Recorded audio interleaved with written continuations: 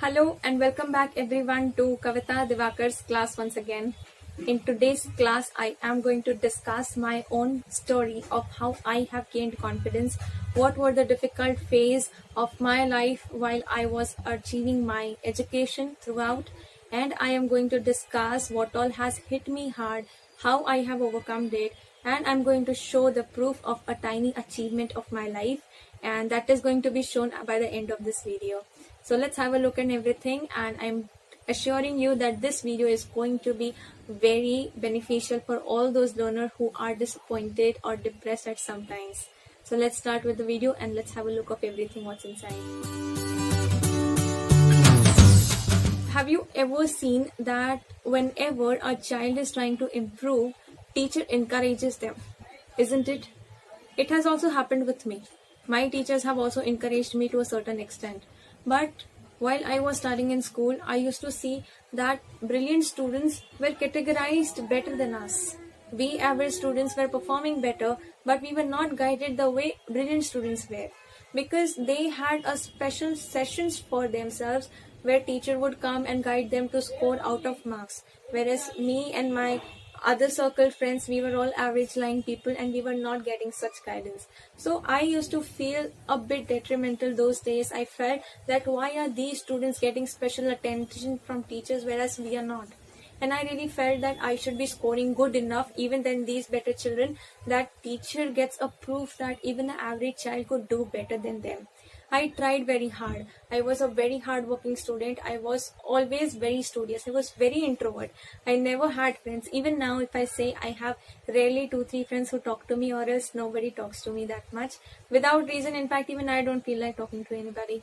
So I was very hardworking. I thought that I would score even better than them and show my teacher the proof. But in spite of hardworking, that did not work out for me.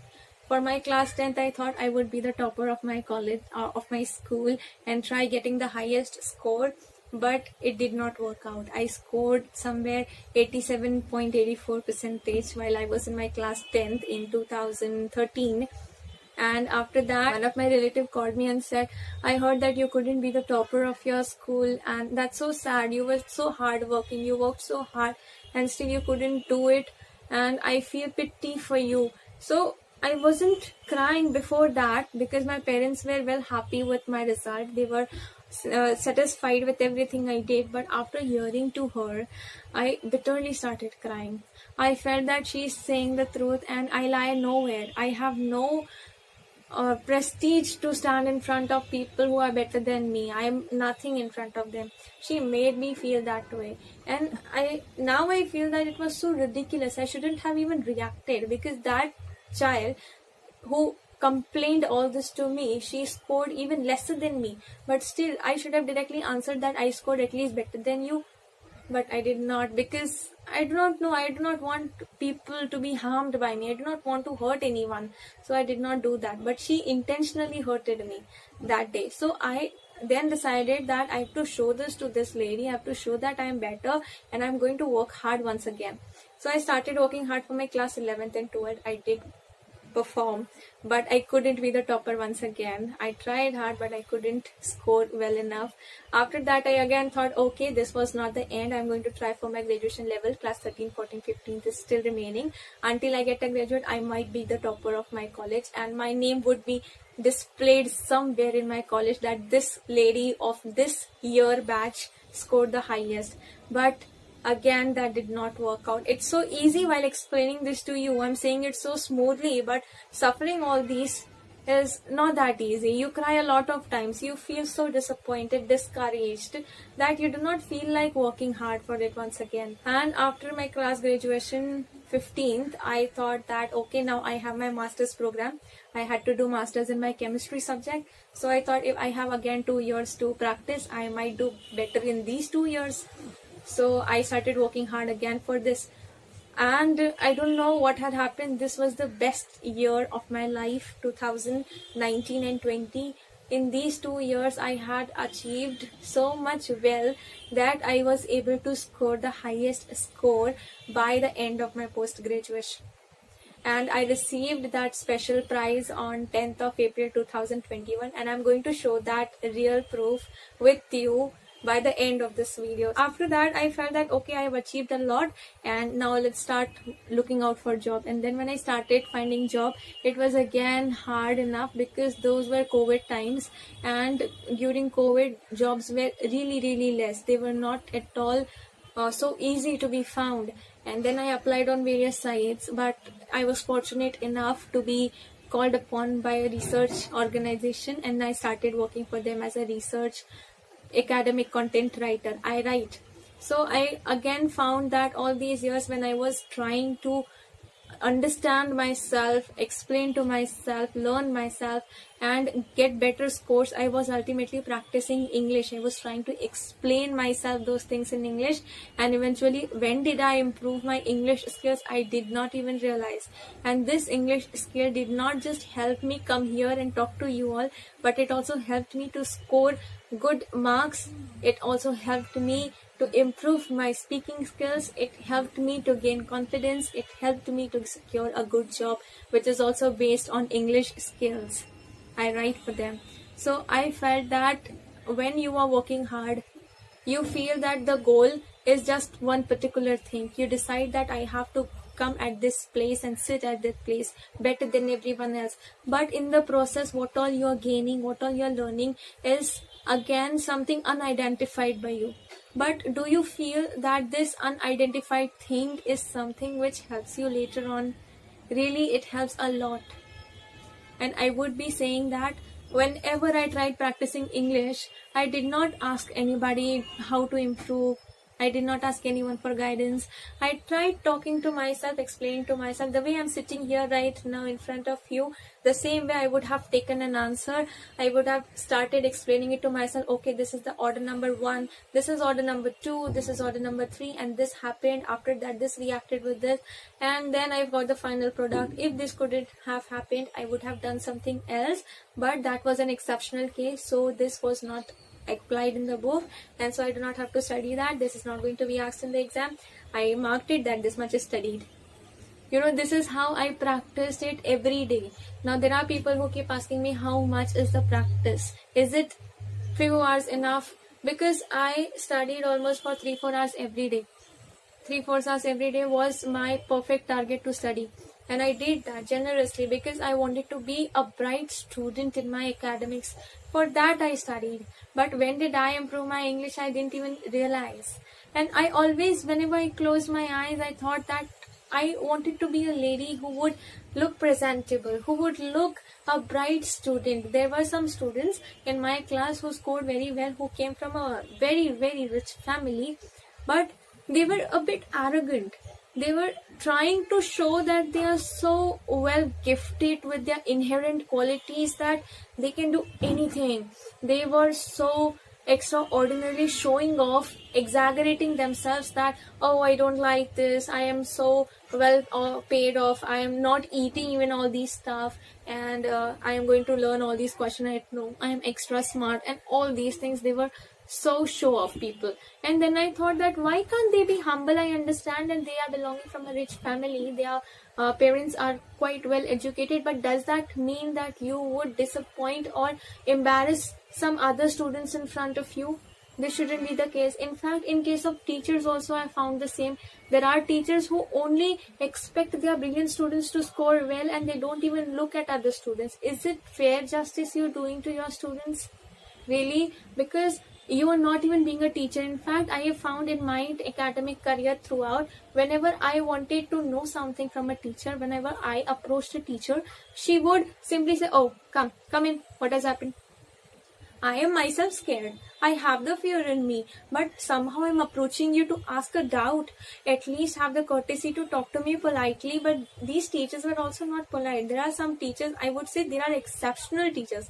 Among 100, you will find 1 or 2 teachers who are actually very polite, who be friendly in front of you. Or else all teachers have a certain kind of attitude. They show that they are teachers. They have that respectable position, and they need to act strictly in front of their students. And we as a student, we are so scared. We are not having that qualities inside us. So we are definitely going to have fear when I come to talk to you to ask any of my doubt. And sometimes she would say, I had explained this to you yesterday. Didn't you understand? again you want this to be explained. I'm not going to do that. Where was your attention when I explained you last time? And they would react like this. This isn't right.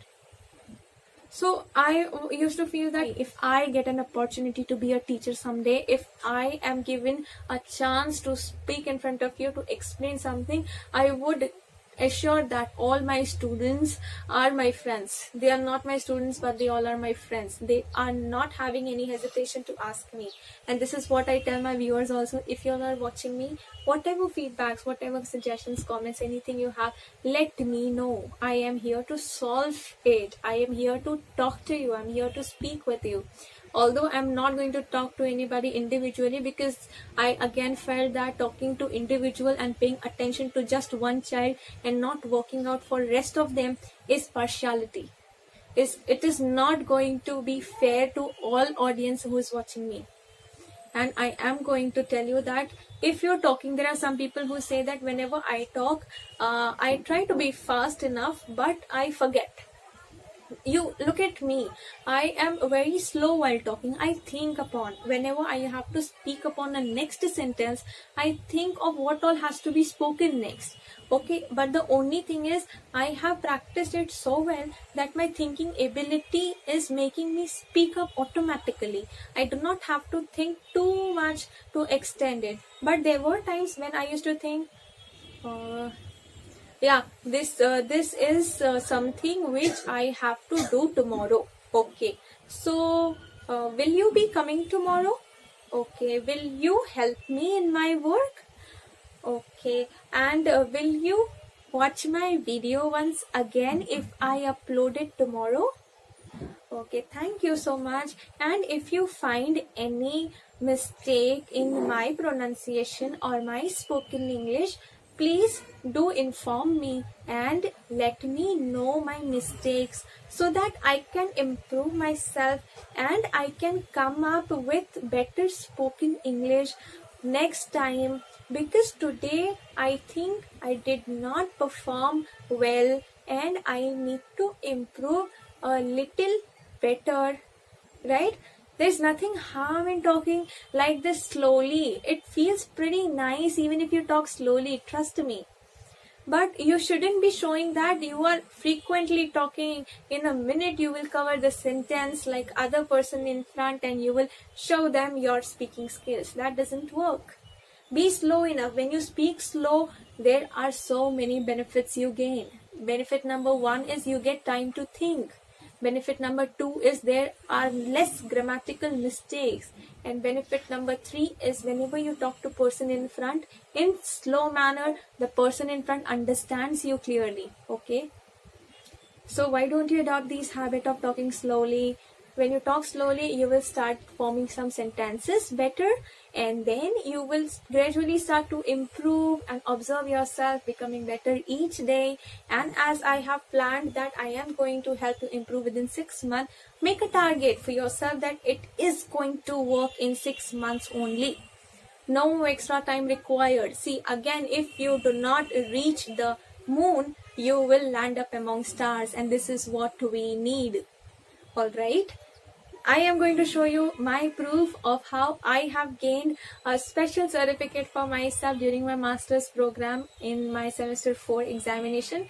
I do not have the hard copy because annual day was taken up online, and I received that prestigious certificate from my principal and other professors through Zoom meeting, and I have taken a screenshot of it and I'm going to display it here, as you can see. Okay, so I think now you have seen the proof of what I have achieved, and I in fact want you to come up with some better story. In fact, I think that there are so many of you who are watching me might have a story to discuss, right? There is nobody here who is somewhere saying that I have never done mistakes, I was always an achiever, I'm still an achiever, I've always done better in my life, I never faced disappointment. If there is somebody who are extra smart, you do not belong to our category. People like us are very hardworking people like me and my people watching me. We work hard, we want better achievement, but based on our hard work. Only we need is proper guidance so that we go in a proper orientation and improve our speaking skill. And now it is your turn to improve yourself within 6 months and come to me later on and say, ma'am, hi, I have improved my English and now look, both of us are together in this journey. And yes, homework for you was whatever I have spoken till now. I have spoken about a tough part of my life and what has helped me gain a tiny achievement and how I have gained confidence. For you, the task is you will have to think upon the toughest part of your life, discuss with your own self the way I am talking to myself in front of camera. You're not watching me now, I'm recording it. You're going to watch me later on. But now I'm talking to myself in front of the camera without anyone. I want you to do the same. If you cannot keep the camera in front of you, no problem. Select a place where you can talk to yourself for at least around 15-20 minutes. Spare this much time for me, not for you, at least for your teacher. Please do this and start speaking. This is all. See you in the next class, everyone. Bye-bye and take care.